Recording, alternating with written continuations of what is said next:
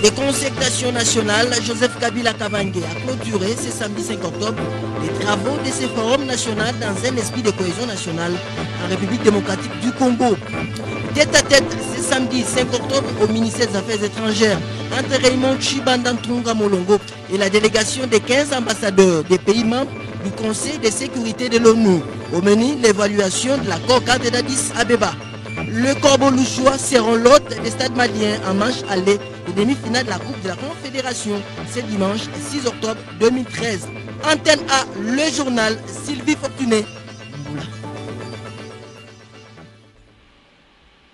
Tout le plaisir est pour nous de vous retrouver encore ce soir pour vous informer. Bonsoir mesdames et messieurs, bienvenue à cette grande édition d'actualité sur Antenne A. La chaîne de référence, Papi Kata l'a dit au sommaire, initiateur de concertation nationale, le président Joseph Kabila a clôturé ce samedi 5 octobre les travaux de ces forums nationaux dans un esprit de cohésion nationale en RDC. Le chef de l'État a agréé les différentes recommandations et il a promis de grandes décisions de la semaine prochaine, notamment travailler avec l'ensemble des Congolais. Eric Izami, Blaise Lunda.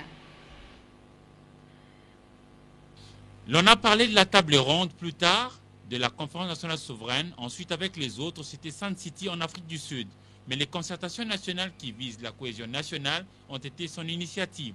Joseph Kabila a applaudi dans la salle de congrès du Palais du Peuple samedi 5 octobre 2013 pour clôturer ces forums nationaux, a été satisfait des résolutions et de la maturité, l'intelligence de filles et fils du Congo-Kinshasa. Je convoquerai les deux chambres du Parlement en congrès afin de rendre compte à la nation des conclusions et recommandations des concertations nationales.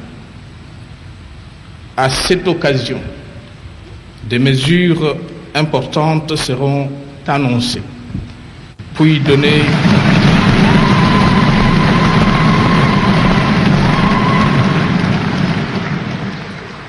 À cette occasion, des mesures importantes seront annoncées pour y donner suite, répondre aux préoccupations légitimes des délégués et par-delà à celles de notre peuple et imprimer un nouvel élan à l'œuvre de reconstruction nationale.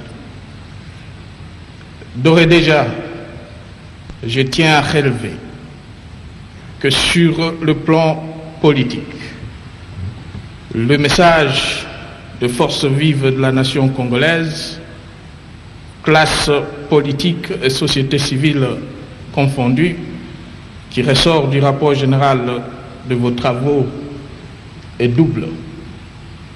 D'une part, vous tenez au respect du cadre institutionnel qui régit notre pays. Au regard de cet océan de recommandations formulées à l'issue de concertations nationales, les Congolais, heureux de la bonne ambiance, vont davantage fêter si tous les compromis venaient à être matérialisés sur le terrain dans la vie de tous les jours.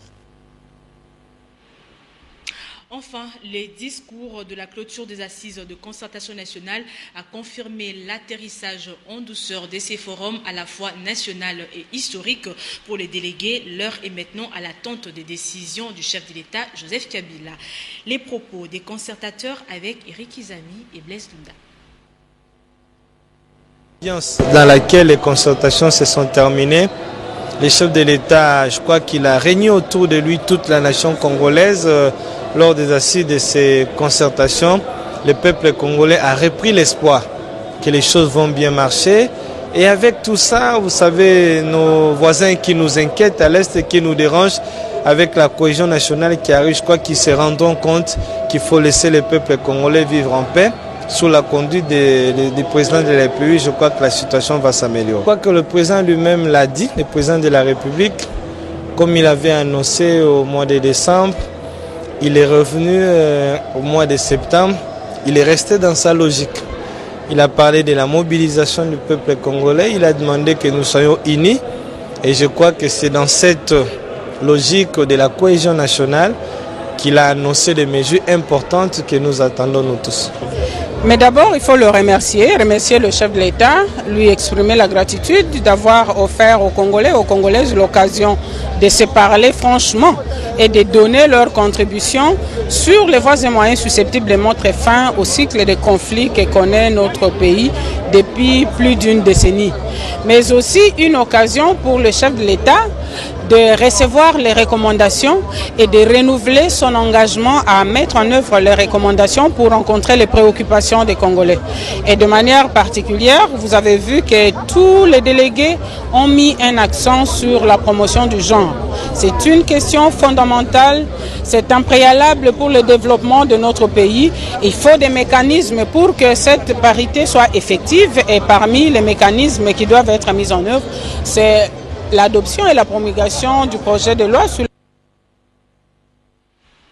D'autre part, le ministre des Affaires étrangères, Raymond Tshibanda, a présidé ce samedi matin une réunion avec les 15 ambassadeurs de pays membres du Conseil de sécurité de l'ONU.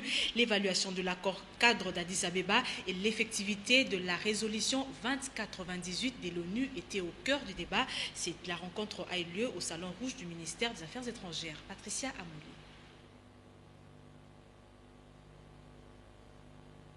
Cette séance de travail a réuni autour d'une table au Salon Rouge du ministère des Affaires étrangères, de gauche à droite, les ambassadeurs de l'ONU et au centre, le ministre des Affaires étrangères, Raymond Tshibanda, assisté par le coordonnateur du mécanisme national de suivi de l'accord cadre, François Mwamba, du président de la Commission électorale nationale indépendante, l'abbé Apollinaire Malou, de l'ambassadeur congolais à l'ONU, Ignace Gata, et le général Kaloumé. Les deux parties ont fait le point sur l'accord cadre d'Addis Abeba et l'effectivité de la résolution 2098 de l'ONU. Je voudrais à ce sujet dire, comme cela a été démontré au cours de deux réunions qui se sont tenues, des réunions d'évaluation qui se sont tenues, aussi bien la première au mois de mai à Addis Abeba que la deuxième récemment en septembre à New York, que la République démocratique du Congo est en train de remplir les engagements qu'elle a souscrits et qu'elle entend les remplir tous, et que nous espérons qu'il en sera de même pour tous les autres États signataires. Les ambassadeurs français et marocains, Alex Lamec et Mohamed Loulouchki, représentants permanents, adjoints et co-leaders de la visite pour le segment RDC, conduit la délégation de ce 15 ambassadeurs de pays membres du Conseil de sécurité de l'ONU. Parle ici de cet échange. Cette visite se veut une visite d'encouragement aux autorités de la RDC et celle de l'ensemble de la région pour aller de l'avant dans la mise en œuvre de leurs engagements issus de ce cadre conventionnel d'Addis Abeba. Cette visite vise à apporter tout l'appui du Conseil à la MONUSCO, à son leadership et à s'informer sur l'application de la résolution 2098, particulièrement la reconfiguration de la mission, le déploiement de la brigade et son rapport, ainsi que l'état de transfert des tâches à l'équipe pays. Cette visite s'inscrit dans le cadre de l'évaluation de la situation sécuritaire dans la région de Grand Lac. Demain déjà, ils vont s'envoler pour Goma, chef-lieu de la province du Nord Kivu. Bien avant cette rencontre hier, vendredi dans la soirée, le vice-ministre des Affaires étrangères, Célestin Tunda Wakasende, a accueilli la délégation du Conseil de sécurité de l'ONU à l'aéroport international d'Indjili. Encore une fois, Patricia Amouli et Patrick Borel-Mukendi.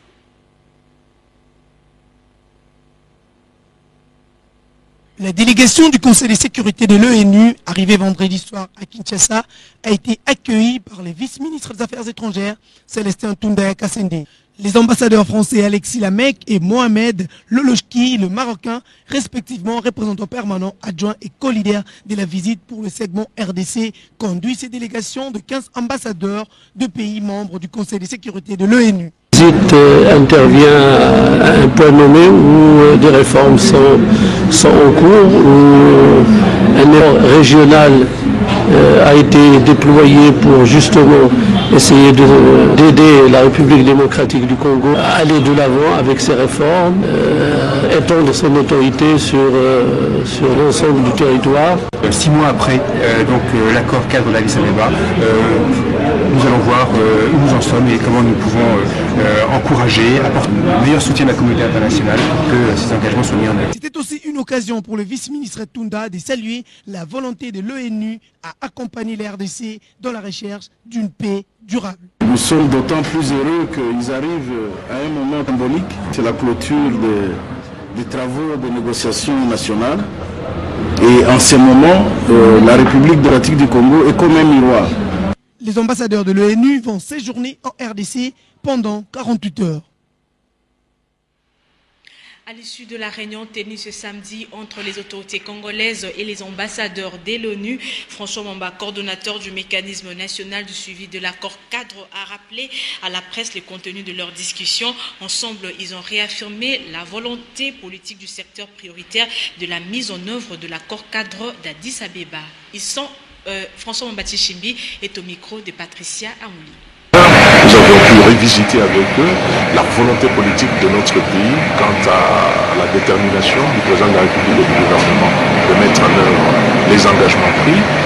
Et nous avons également visité avec eux les secteurs sensibles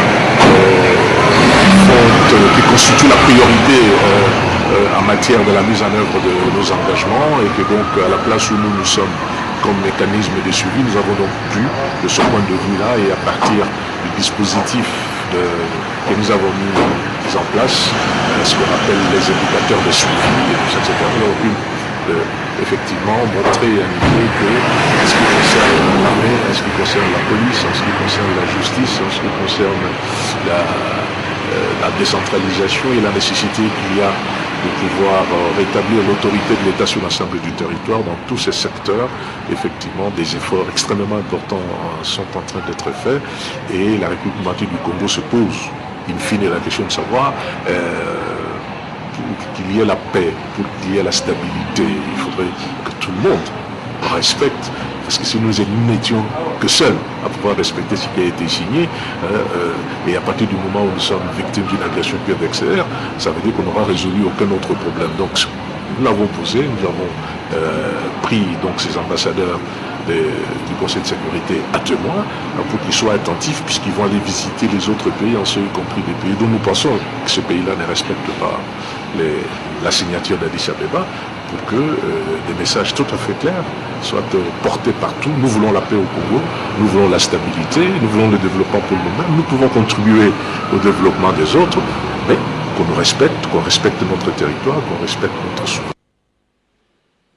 Ce 5 octobre coïncide avec la célébration de la Journée mondiale des enseignants, fêtée sous le thème « Unis pour une éducation de qualité pour un monde meilleur ». À Kinshasa, les syndicalistes de l'intersyndicale de l'EPSP ont été reçus par le ministre Maker Mwangou et ont échangé sur l'amélioration de la qualité de l'enseignement en République démocratique du Congo. Dieu merci Nzob Mabiala et David Mbeni.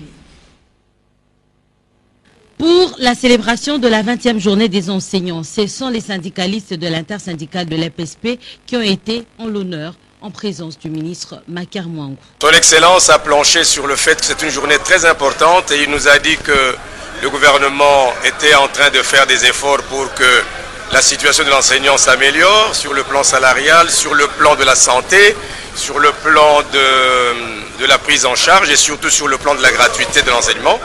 Il vient de nous révéler qu'il y a un fonds qui a été mis en place pour le paiement des enseignants du primaire dans le cadre de la gratuité de l'enseignement. Il est certes vrai que la situation des enseignants est en nette amélioration par rapport à 2007, mais un pas reste encore à franchir. Il y a d'abord l'augmentation du traitement des enseignants, c'est-à-dire nous pensons plus à leurs primes, nous pensons plus aux avantages sociaux. Et en l'occurrence, la pécule de vacances, la prime de brousse pour les enseignants de la brousse, la prime de technicité, le redressement de la tension barémique, le logement, etc. Donc il y a tout un tas de choses qui doivent être réglées. Et on va aussi examiner la mise à la retraite des enseignants, on va examiner le paiement au grade des enseignants, parce qu'il y a des enseignants qui ont été nommés par l'ordonnance présidentielle qui jusqu'à présent ne bénéficient jamais de ce grade. Ça, nous allons en parler. Les syndicalistes ont été ravis de la cérémonie leur dédiée. Le ministre Maker Mwangou a promis de tout mettre en œuvre pour l'amélioration de la situation des enseignants, car la qualité de l'enseignement en dépend. Les lampions se sont éteints ce samedi 5 octobre à l'hôtel Sulutani sur l'atelier national sur les violences sexuelles basées sur le genre et le cadre juridique irrélatif. Il ressort de ces assises la mise en place du PES-PEF, police spéciale pour la protection de l'enfant et de la femme, ainsi que d'autres recommandations. Encore une fois, Dieu merci Nzoma Biala et David Tembeni.